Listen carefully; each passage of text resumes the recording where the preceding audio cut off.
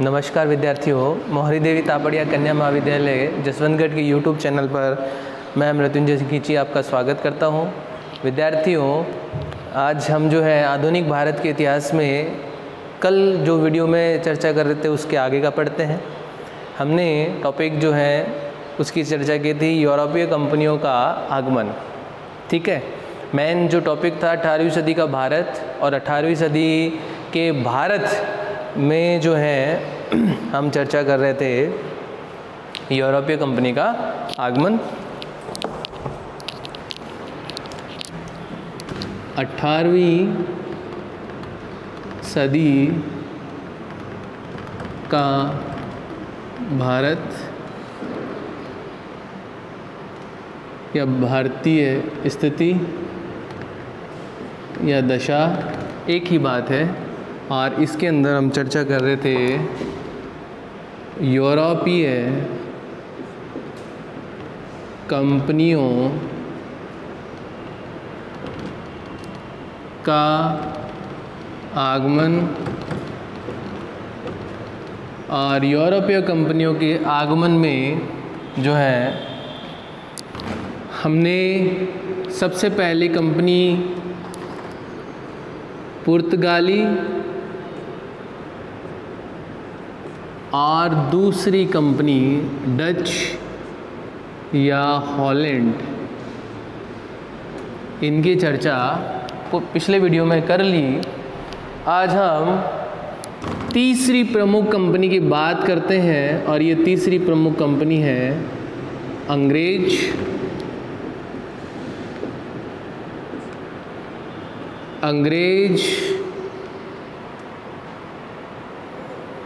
या जिसे हम ब्रिटिश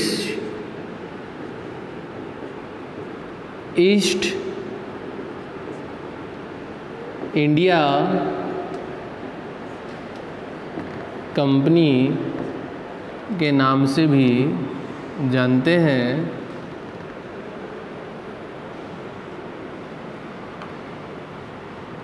इसकी चर्चा करते हैं तो यह देखते हैं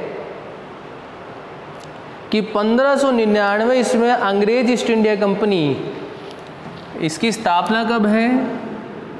1599 ईस्वी में, या इसी का दूसरा नाम मिलता है the governor and company of merchant. दूसरा नाम मिलता है the governor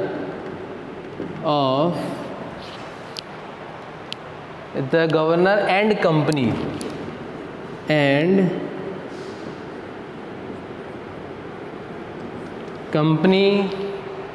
of merchant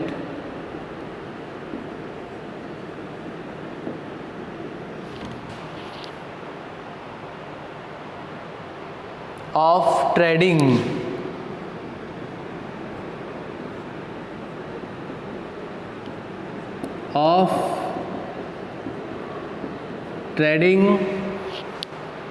in to the East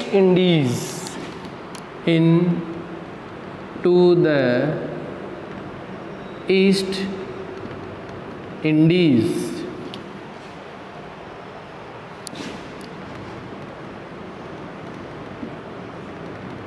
कहीं आपको अगर कोई एग्ज़ामिनेशन में, कंपटीशन एग्ज़ामिनेशन में नाम पूछ ले और ये नाम जो है वह आपको जो है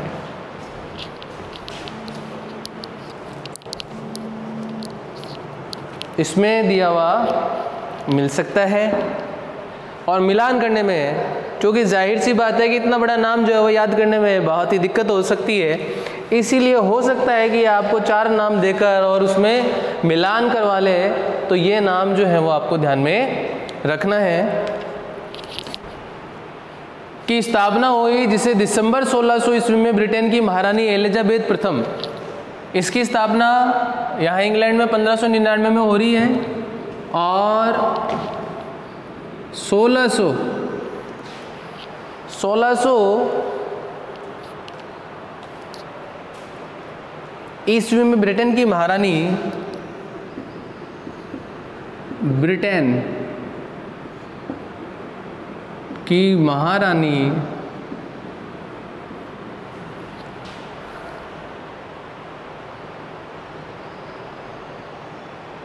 एलिजाबेथ प्रथम, नाम है एलिजाबेथ प्रथम। एलिजाबेथ प्रथम ने पूर्व के साथ व्यापार के लिए 15 वर्षों का अधिकार पत्र इन्हें दिया। ठीक है, तो महारानी का नाम यह है और महारानी ने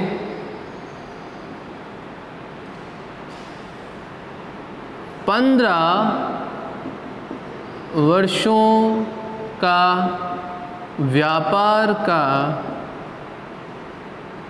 अधिकार पत्र दिया। ये नाम जो है वह बहुत बार कंपटीशन में पूछते भी हैं, तो आपको जो है इस नाम को ध्यान में रखना है। ठीक है, और विशेष बात कि बाद में जो है यह अधिक जो है वह अनिश्चितकालीन के लिए इसे बढ़ा दिया। पूर्वी देशों के साथ व्यापार करने वाले लंदन के व्यापारियों को कंपनी और उसके गवर्नर को एक अधिकार पत्र दिया। तो ये जो कंपनी और उसका जो गवर्नर है उसे अधिकार पत्र दिया, और इसी अधिकार पत्र द्वारा अंग्रेजों की ईस्ट इंडिया कंपनी की स्थापना हुई, जिसमें 1608 में इस कंपनी का पहला जहाज, 1608 ईस्वी में कंपनी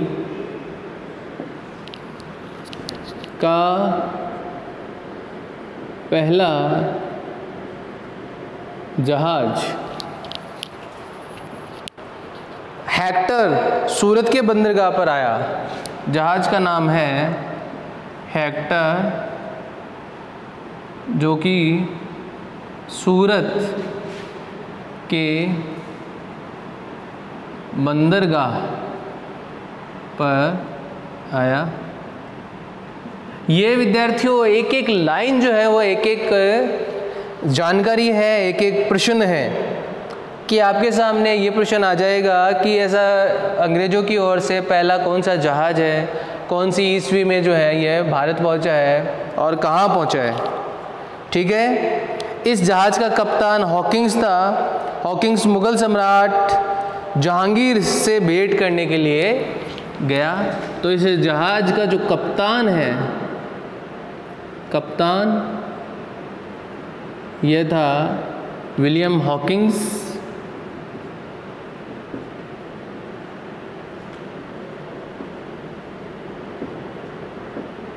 और विलियम हॉकिंस ने सर्वप्रथम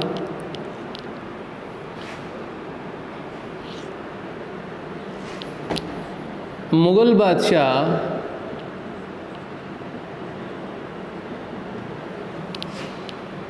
जहांगीर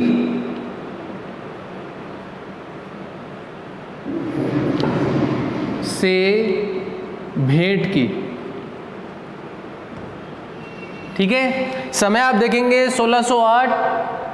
और अगर आपको मुगलों की जानकारी है, क्योंकि सेकेंड ईयर के कोर्स में आपने मुगल पढ़ लिए हैं, उम्मीद करता हूं कि आपको ध्यान में होगा, तो 1556 से लेकर 1605 का समय जो है वह अकबर के द्वारा शासित किया गया है, और 1605 से 1627 ईस्वी का समय मुगल बादशाह जहांगीर का है। ये यहाँ लिख देता हूँ, 1605 से 1627 ईस्वी। अब आपको ध्यान में रहेगा कि इस समय के अंदर मुगल बादशाह जहांगीर ने शासन किया है। बात कर रहे हैं 1608 की, तो ये मुगल बादशाह जहांगीर ही है जिससे हॉकिंस ने मुलाकात की है, भेंट की है। मुगल दरबार में पुर्तगालियों को प्रभाव था। उनके प्रबल प्रतिरोध के कारण हॉकिंस मुगल दरबार के विशेष व्यापारियों की सुविधा प्राप्त करने में असफल रहा। विद्यार्थियों, इससे पहले जो है वो पुर्तगाली और डच अंग्रेज जो है कंपनियां आ चुकी थी, और पुर्तगाली जो है वह तंबाकू अपने साथ में लाए थे। तंबाकू की खेती का प्रचलन जो है वह इनके जो है पुर्तगालियों के आने से हुआ, और तंबाकू से जो है, जो कि मुगल काल के अंदर बहुत ही सर्वाधिक रूप में इनकम सोर्स वाली या आय वाली जो है वो फसल थी, इसीलिए पुर्तगालियों से जो है मुगल बहुत ही ज़्यादा मित्रता में थे। और इसीलिए जो है विलियम हॉकिंस को, जिसने व्यापार करने की जब अनुमति मांगी तो उसे असफलता हाथ लगी। तो एक एक कड़ी को जब आप समझते चलेंगे कि किस प्रकार अंग्रेज जो है वह उस स्तर पर पहुँचे और उससे पहले वाली कंपनियां जो हैं वह उस व्यापार में पिछड़ गई, तो आपको एक एक जो है कड़ी को पढ़ते हुए चलना है, समझते हुए चलना है। अब जब विलियम हॉकिंस को सफलता हाथ नहीं लगी तो 1612 में पॉल कैनिन और 1615 में विलियम एडवर्ड जेम्स प्रथम के पत्र लेकर मुगल दरबार में उपस्थित हुए। तो यहाँ पर ये डेट भी लिख लेते हैं, 1612 में पॉल कैनिन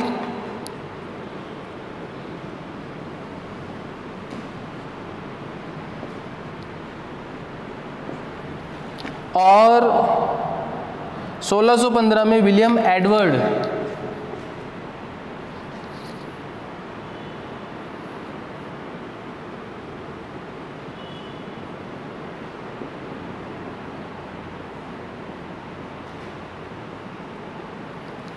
दोनों ही जो है जेम्स प्रथम के दूत के रूप में उपस्थित हुए और दोनों ही पुर्तगालियों के विरोध के कारण जो है असफल हो गए। अब अंग्रेजों ने पुर्तगालियों की शक्ति का मान मर्दन करने का निश्चय किया और सूरत के समुद्री क्षेत्र में पुर्तगाली जहाज को मार भगाया। तो यहाँ तक जो है विद्यार्थियों, पुर्तगाली जो है उनके विरुद्ध अंग्रेज हो चुके थे और उन्होंने जो है वह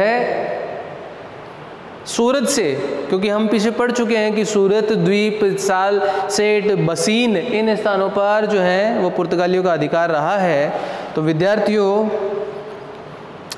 यहाँ पर अंग्रेज़ों का संघर्ष पुर्तगालियों से हुआ और पुर्तगालियों को अंग्रेज़ों ने भगाया और मुगल दरबार को भी ईस्ट इंडिया कंपनी की शक्ति का आभास हुआ और विदेशी व्यापारियों की भांति अंग्रेज कंपनियों को भी बस्तियाँ बसाने की अनुमति दी गई। और 1615 में सर टॉमस जहांगीर की सेवा में उपस्थित हुआ और 3 वर्ष बाद ही मुगल दरबार में जो है उसे जब सफलता नहीं मिली तो जहांगीर ने उसे केवल इतना आश्वासन दिया कि विशेष अधिकार और किसी विदेशी को मिलेंगे, अंग्रेजों को भी दिए जाएंगे। तो यहाँ पर जो है 1615 में सर टॉमस रो,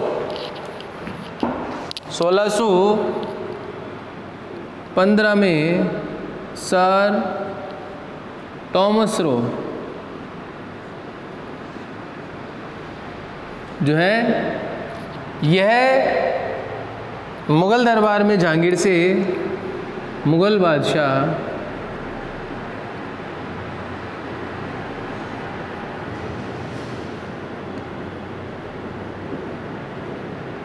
से भेंट की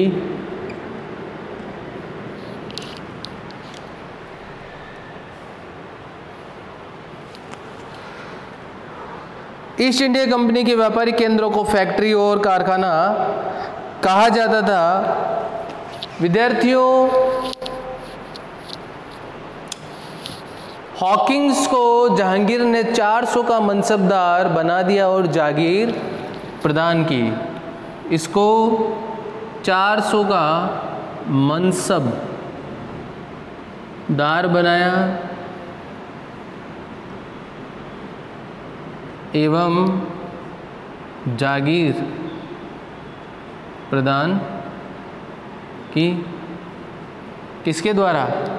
जहांगीर के द्वारा। ठीक है विद्यार्थियों, यहाँ ये जो है वह देखने का बिंदु है कि अब जब सर टॉमस रो को सफलता हाथ लग रही है तो धीरे धीरे जो है वह अंग्रेजों का मार्ग प्रशस्त हो रहा है। पुर्तगालियों द्वारा जहांगीर के कान भी भरे गए, लेकिन जो है टॉमस रो को सफलता हाथ लगी और 1613 ईस्वी में जहांगीर ने एक शाही फरमान द्वारा अंग्रेजों को सूरत में व्यापारिक कोठी स्थापित करने की अनुमति प्रदान कर दी। 1613 13 ईस्वी में, डेट की ध्यान रखिएगा, जहांगीर ने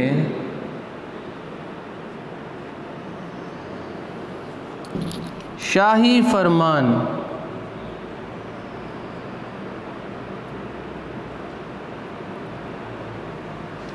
के चलते या शाही फरमान जारी किया और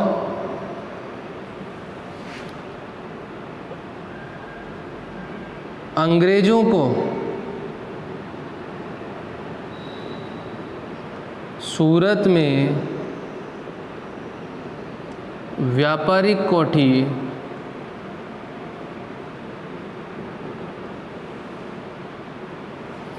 बनाने की अनुमति दे दी।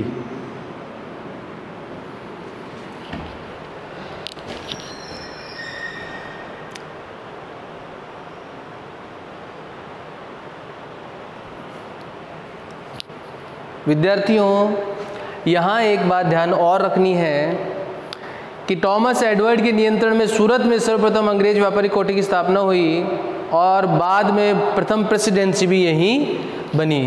तो सूरत जो है इसमें पहली व्यापारिक कोठी, कंपटीशन में अगर प्रश्न पूछ ले तो प्रथम कोठी और बाद में प्रेसिडेंसी, प्रथम प्रेसिडेंसी भी यहीं बनी है।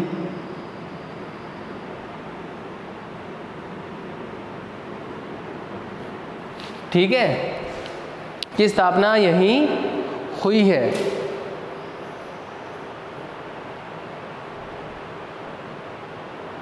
अगर दक्षिण भारत की बात करते हैं, यह तो उत्तर भारत में, और दक्षिण भारत की बात करते हैं तो मसूलीपट्टनम में अंग्रेजों ने पहला कारखाना खोला है।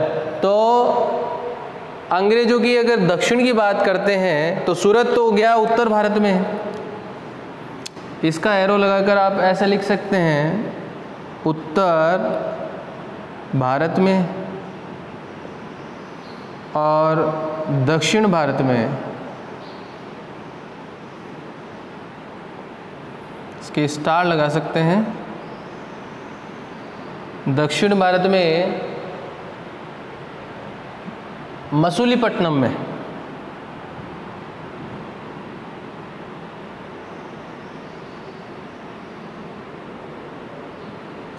प्रथम जो है कारखाना, प्रथम कारखाना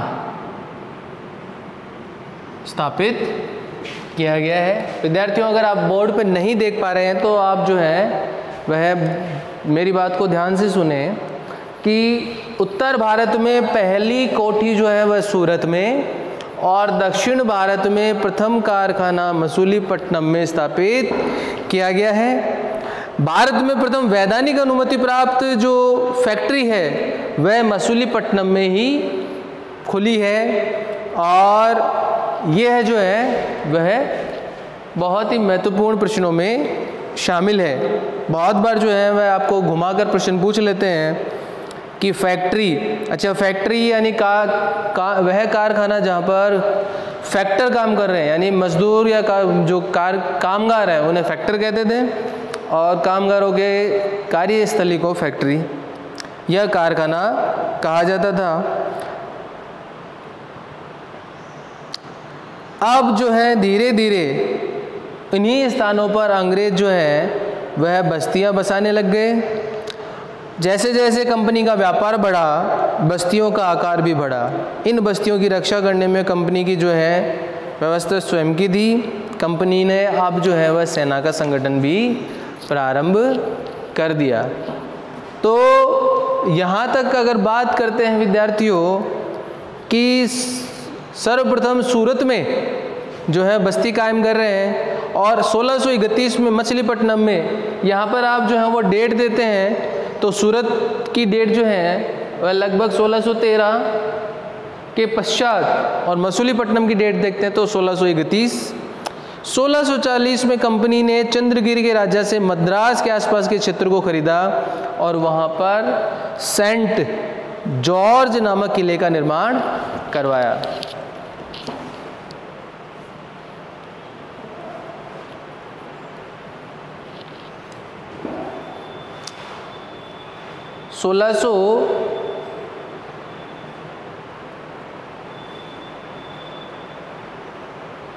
कहीं कहीं आपको जो ये डेट है विद्यार्थियों, ये 1639 मिलेगी, कहीं कहीं 1640 ईस्वी में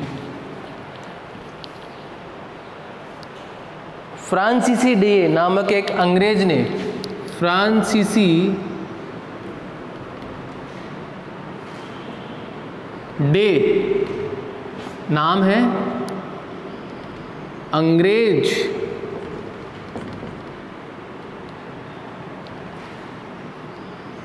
ने चंद्रगिरी के राजा दरमेला वेंकटप्पा, चंद्रगिरी के राजा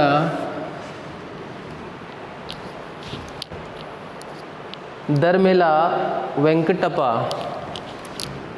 दरमेला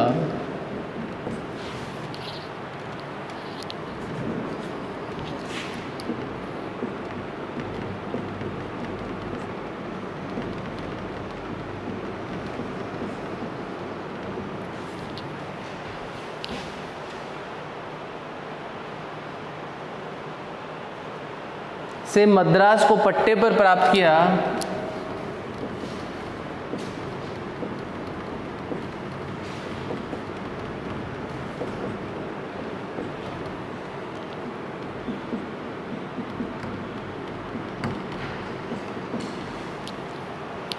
से मद्रास को पट्टे पर प्राप्त किया और सेंट जॉर्ज नामक किले का यहाँ पर निर्माण करवाया। मद्रास में सेंट जॉर्ज नामक किले का निर्माण, सेंट जॉर्ज नामक किले का निर्माण करवाया।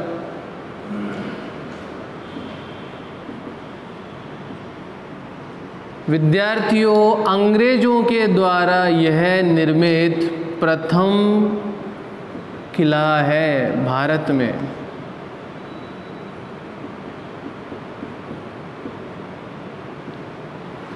भारत में प्रथम किला अंग्रेजों के द्वारा निर्मित, जिसे सेंट जॉर्ज कहते हैं, और फ्रांसिस डे को मद्रास के इस किले का संस्थापक बना दिया।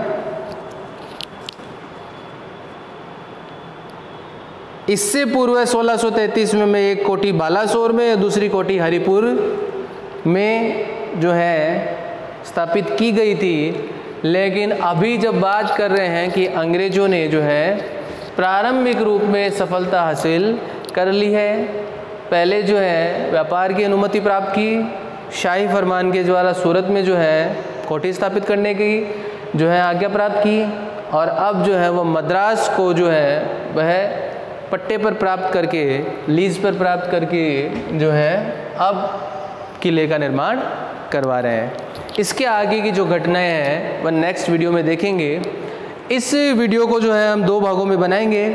क्यों? क्योंकि ये कंपनी जो है वह अलग अलग जो है रूपों में विस्तार कर रही है। और दूसरी बात यह है कि अभी जब आप अगर पॉलिटिकल में इंडियन कॉन्स्टिट्यूशन की बात करते हैं तो उसकी शुरुआत भी यहीं से कर सकते हैं, और जब हम इंडियन हिस्ट्री में ईस्ट इंडिया कंपनी की बात कर रहे हैं तो इसकी शुरुआत भी यहीं से करते हैं। अब जो वह कंपनी है, क्योंकि 1640 के आगे की घटना हम देखेंगे तो इसके पश्चात कंपनी किस प्रकार जो है वह मजबूत हुई, किस प्रकार राजनीतिक हस्तक्षेप करना उसने शुरू किया, और कौन कौन से युद्ध, यानी कि बंगाल में बक्सर और प्लासी के युद्ध से जो है बिहार में जो है वह स्थापित हुई। तो इनको नेक्स्ट वीडियो में देखेंगे। आज के लिए इतना ही। वीडियो को लाइक कीजिए, शेयर कीजिए। धन्यवाद। साथ साथ में पढ़ते रहिए, नोट्स जो है उनको लिखते रहिए, और जो है पुराना है उसे रिवाइज करते रहिए। धन्यवाद।